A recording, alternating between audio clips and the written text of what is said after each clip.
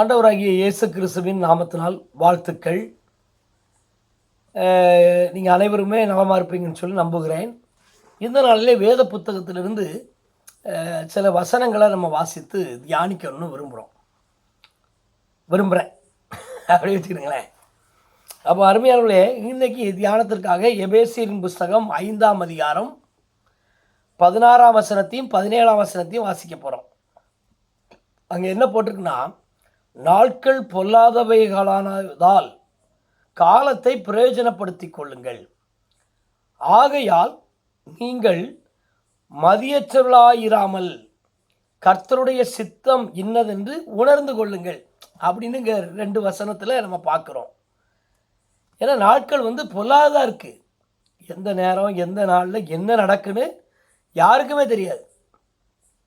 எந்த மனுஷனுக்கும் தெரியாது, எந்த விஞ்ஞானிக்கும் தெரியாது, எந்த அதிகாரிக்கும் தெரியாது, எந்த நாட்டுக்குமே தெரியாது, யாருக்குமே தெரியாது, எந்த தலைவர்களுக்கும் தெரியாது. ஆமாம், அப்படி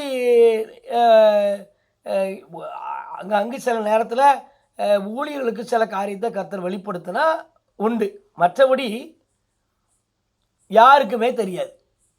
அப்போது அதனால தான் இங்கே வசனம் சொல்கிறது, நாட்கள் பொல்லாதவைகளானதால் காலத்தை, நம்ம இந்த இருக்கிற காலங்களை, நம்ம இருக்கிற இந்த பூமியில் வாழ்கிற இந்த நாட்களை நீங்கள் பிரயோஜனப்படுத்தி கொள்ளுங்க அப்படின்னு கர்த்தருடைய வார்த்தை சொல்லுது. அது மாத்திரம் இல்லாமல், ஆகையால் நீங்கள் மதியற்றவர்களாயிராமல் கர்த்தருடைய சித்தம் என்னதென்று உணர்ந்து கொள்ளுங்கள் அப்படி சொல்லி நம்ம பார்க்குறோம். அப்போ இது கொஞ்சம் திங்க் பண்ண வேண்டிய காரியம்தான். நம்ம நிறைய நேரத்தில் ஊழியர்களாக இருந்தாலும் சரி, விசுவாச பிள்ளைகளாக இருந்தாலும் சரி, வேதத்தை நல்ல கற்று தெரிந்தாலும் சரி, நல்ல பிரசங்கிக்கிறவர்களாக இருந்தாலும் சரி, நாம் நிறைய நேரத்தில் நினைக்கிறோம், நம்ம நினச்சதெல்லாம் உலகத்தில் நடந்துடும், நம்ம ஜெபிச்சதெல்லாம் நடந்துடும், நம்ம உபவாசம் பண்ணி போராடி ஜெபிச்சதெல்லாம் நடந்துடும் அப்படின்லாம் சொல்லி நம்ம நினைக்கிறோங்க. இது மனுஷனுடைய இயல்பு தான், ஆணுடைய பிள்ளைகளுடைய இயல்பு, ஊழியருடைய இயல்பு. உண்மைதான், ஜெபிச்சா நடக்கும். ஆனால் எல்லாமே நடக்குதா? எல்லாமே நடக்குமா? அதுதான் கேள்விக்குறி, இல்லைங்களா? புரியுதா உங்களுக்கு அருமையானவர்களே? நம்ம இன்னைக்கு எப்படி நம்ம கர்த்தருடைய சித்தம் என்னன்னு தெரியாமையே நாம் நிறைய நேரத்தில் ஜெபிச்சுக்கிட்டு இருக்கோம், செயல்பட்டுக்கிட்டு இருக்கோம், போராடிக்கிட்டு இருக்கோம் அப்படி தான் நான் நினைக்கிறேன். ஒருவேளை இந்த வீடியோ ஒருவேளை உங்களுக்கு ஒரு வித்தியாசமாக கூட தெரியலாம். ஆனால் நான் அப்படி நினைக்கிறேன். இன்றைக்கி நம்ம ஒரு கண்மூடித்தனமான காரியங்களை, வேதத்தை நம்ம கவனிக்காமல் கண்மூடித்தனமாக நம்ம நம்புகிறோம். ஆவிக்குரிய வாழ்க்கையில் கூட நம்ம நம்புகிறோம். யாருக்குன்னே உலக பிரகாரமாக மற்ற எல்லாத்தையுமே நம்பி நம்ம ஏமாந்து போயிருக்கோம், நிறைய கஷ்டத்தை அனுபவிச்சிருக்கோம். நீங்களும் தான் பார்த்துக்கிட்டு இருக்கிற, நீங்களும் எத்தனையோ பேர் நம்பி ஏமாந்து போயிருப்பீங்க. அது உலகத்தில் சகஜம், அது ஒரு புறம் விடுங்க. ஆனால் ஆவிக்குரிய வாழ்க்கையில் கூட, ஆவிக்குரிய காரியங்களில் கூட, ஆவிக்குரியவன் எல்லாவற்றையும் ஆராய்ந்து நிதானிக்கிறான் அப்படின்னு வசனம் இருக்குது, எல்லாருக்கும் தெரியும் தானே? அப்போ ஆனால் நம்ம கண்மூடித்தனமாக நிறைய காரியத்தை நம்பிக்கிட்டு இருக்கோம். என்னதான் நம்ம ஜெபம் பண்ணாலும், என்னதான் உபவாசம் பண்ணாலும், என்னதான் போராடி நம்ம பல காரியங்களை செய்தாலும், செயல்பட்டாலும், கிரியை செய்தாலும், பிரயாசப்பட்டாலும், கர்த்தருடைய சித்தம்னு ஒன்று இருக்குங்க. அது நம்ம நல்லா புரிஞ்சுக்கிடணும். அதனால தான் எந்த ஜெபம் பண்ணாலும், என்ன காரியம் செஞ்சாலும் கர்த்தருடைய சித்தத்துக்கு ஒப்பு கொடுத்து நாம் செய்யணும். நாம் கர்த்தருடைய சித்தத்துக்கு ஒப்பு கொடுத்து நடக்கணும். அதுதாங்க நமக்கு ஆசீர்வாதம். அப்போ தான் நமக்கு ஏமாற்றம் வராது வாழ்க்கையில். நாம் நிறைய நேரத்தில் ஜெபத்தை நம்பி செயல்படுறோம், உபவாசத்தை நம்பி செயல்படுறோம். நான் கர்த்தருக்காக கொடுக்குறேன் அதிகமாக, அதனால் எனக்கு எல்லாமே நான் நினச்சதெல்லாம் நடந்துடும் அப்படின்னு சொல்லி நாம் நிறைய நேரத்தில் நினச்சி செயல்படுறோம்.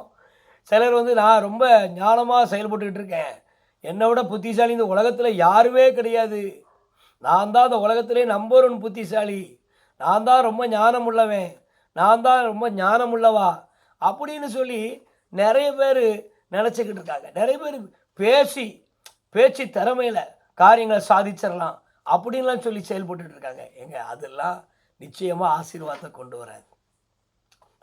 அடித்து சொல்ல முடியும். அருமையானவர்களே,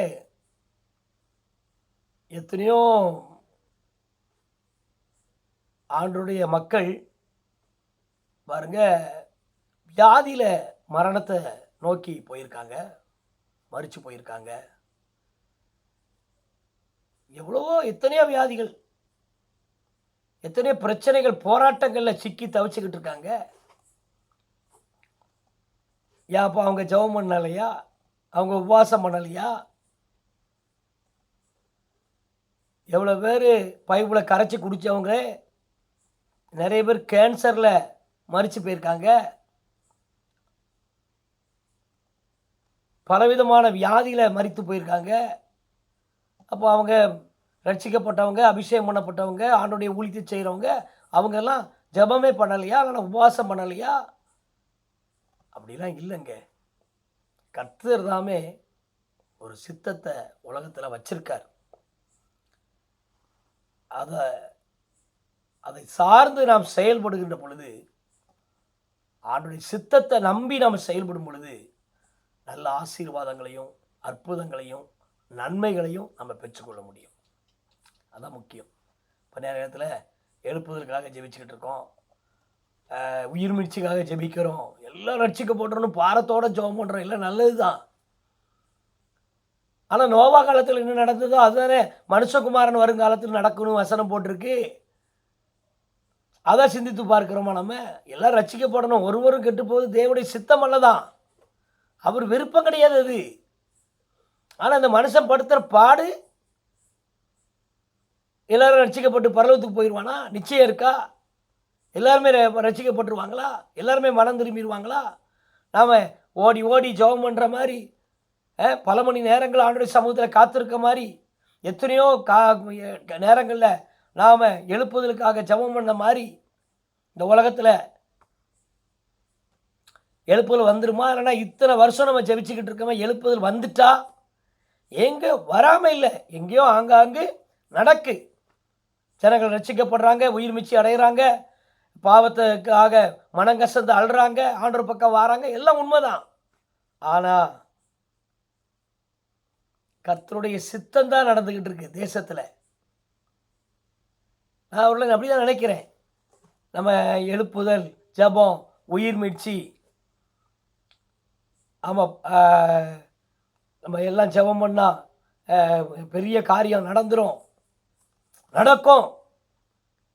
அப்படின்னு சொல்லி நம்ம ஆணித்தரமாக பிரசங்கம் பண்ணுறோம்ல, மக்களுக்கு சொல்லி கொடுக்குறோம்ல, இது எல்லாம் எப்படி உண்மையாகவே அப்படி நடந்துருமா, இல்லை இது வரைக்கும் நடந்திருக்கா? ஆச்சரியமாக தான் இருக்குது, யோசிக்க வேண்டியிருக்கு. இன்றைக்கி நம்ம நினைக்கிறேன், ஊழியர்களும் விசுவாச பிள்ளைகளும் ஒருவேளை கர்த்தருடைய சித்தம் முழுசாக அறிஞ்சிக்கிடாமல், கர்த்தருடைய சித்தத்தை பற்றி கவனம் இல்லாமல், கர்த்தருடைய சித்தத்தை பற்றி தெரிஞ்சுக்கிடாமல் நாம் இன்னைக்கு ஏதோ ஒரு பாதையில் போய்கிட்டு இருக்கோமோ அப்படின்னு சொல்லி, ஒருவேளை ஆண்டவர் காண்பிக்காத பாதையில், ஆண்டவர் விரும்பாத ஒரு பாதையில், அல்லது ஆண்டவர் எந்த அந்த அந்த அந்த காரியத்தை செய்யணும்னு சொல்லி விரும்பாமையே நாம் செயல்பட்டுக்கிட்டு இருக்கிறோமா அப்படின்லாம் யோசிக்க வேண்டியிருக்குங்க. சரி, ஜெபம் பண்ணுவோம். சரி, நிச்சயமாக எல்லாருக்கும் எழுப்புதல் வரணும், தேசத்தில் பெரிய மாற்றம் வரணும், உயிர் மீட்சி அடையணும், மக்கள் ரட்சிக்கப்படணும், பரலோகத்துக்கு போகணும், இதெல்லாம் நெசமான காரியம்தான். ஆனால் இதெல்லாம் தேவ சித்தமா? ரட்சிக்கப்படுற தேவ சித்தம், பரலோகத்துக்கு போகிற தேவ சித்தம். ஆனால் நம்ம சொல்லிக்கிட்டு இருக்கிற மாதிரி நான் நினைக்கிறேன், நம்ம மற்றவர்களையும் மக்களையும் விசுவாசிகளையும் ஊழியர்களையும் நாம் ஏமாற்றிக்கிட்டு இருக்கோமா அப்படின்னு கூட நினைக்க தோணுது. போங்க, இதை நம்ம எங்கே கொண்டு போய் சொல்ல? நீங்கள் என்ன அவிசுவாசமாக பேசிக்கிட்டு இருக்கீங்கன்னு கூட நீங்கள் நினைப்பீங்க. நான் அவிசுவாசமாக பேசலை. ஆனால் கர்த்தருடைய சித்தம்தான் உலகத்தில் நடக்கும் அப்படிங்கிறத ஆணித்தரமாக நான் சொல்லணும்னு விரும்புகிறேன் இந்த இந்த வீடியோவின் மூலமாக. அவ்வளோதான். மற்றபடி யாருக்கும் நான் எதிரியும் கிடையாது, யாருக்கும் எதிர்ப்பும் கிடையாது, எந்த ஒரு சத்தியத்துக்கும் நான் விரோதியும் கிடையாது. ஆதியாமத்திலேருந்து வெளிப்படுத்தல் வரைக்கும் நம்புகிறேன், விசுவாசிக்கிறேன், கடைபிடிக்கணும்னு விரும்புகிறேன். எல்லாத்தையும் கடைபிடிச்சிட்டானா அப்படின்லாம் சொல்ல முடியாது. விரும்புகிறேன், முயற்சி பண்ணுறேன், லெக்கை நோக்கி தொடருகிறேன். பவுல் சொன்னது போல அதுவும் ஆசையாய் தொடருகிறேன். அருமையானவர்களே, அதனால் நம்ம திங்க் பண்ணி பார்ப்போம். இப்போ உலகம் போய்கிட்டு இருக்கிற காரியத்தில், ஊழியர்கள் போய்கிட்டு இருக்கிற காரியத்தில், ஊழியம் போய்கிட்டு இருக்கிற காரியத்தில், சபைகள் திருச்சபைகள் போய்கிட்டு இருக்கிற பாதை எல்லாமே சரியான ஒரு பாதையா? நம்ம சரியாக ஜனங்களை வழிநடத்தி கொண்டு போகிறோமா? கர்த்தரை பிரியப்படுத்துகிறோமா? கர்த்தருடைய சித்தத்தை அறிஞ்சு நம்ம செயல்படுறோமா என்பதில் கவனமாக நம்ம இல்லைன்னா நிச்சயமாக ஊழியத்தின் பாதையில், விசுவாச வாழ்க்கையில் நம்ம தோற்று போயிடுவோங்க. ஆனால் கவனமாக இருந்தால், கர்த்தர் சொன்னதை செஞ்சா, கர்த்தர் விரும்பினதை செஞ்சா, அவருடைய சித்தத்தை நம்ம நிறைவேற்றினா, அவருடைய சித்தத்தை ஜனங்களுக்கு சொல்லி கொடுத்தா, நிச்சயமாக நம்முடைய ஊழியத்தின் பாதையிலையும் கர்த்தர் பெரிய ஜெயத்தை கொடுப்பார். திருச்சபையில் பெரிய ஒரு வளர்ச்சியை உண்டாக்குவார். ஜனங்கள் ஓடோடி வருவார்கள், அவர் ரட்சிக்கப்படுவார்கள், மனம் திரும்புவார்கள், பரலோக வாசிகளாய் மாறுவார்கள். இந்த உலகம் இயேசுவை காணும். அதை கொஞ்சம் யோசித்து நம்ம செயல்படணும்னு சொல்லி நானும் ஜெபம் பண்ணுறேன், நீங்களும் ஜெபம் பண்ணுங்க. God bless you. ஆமென்.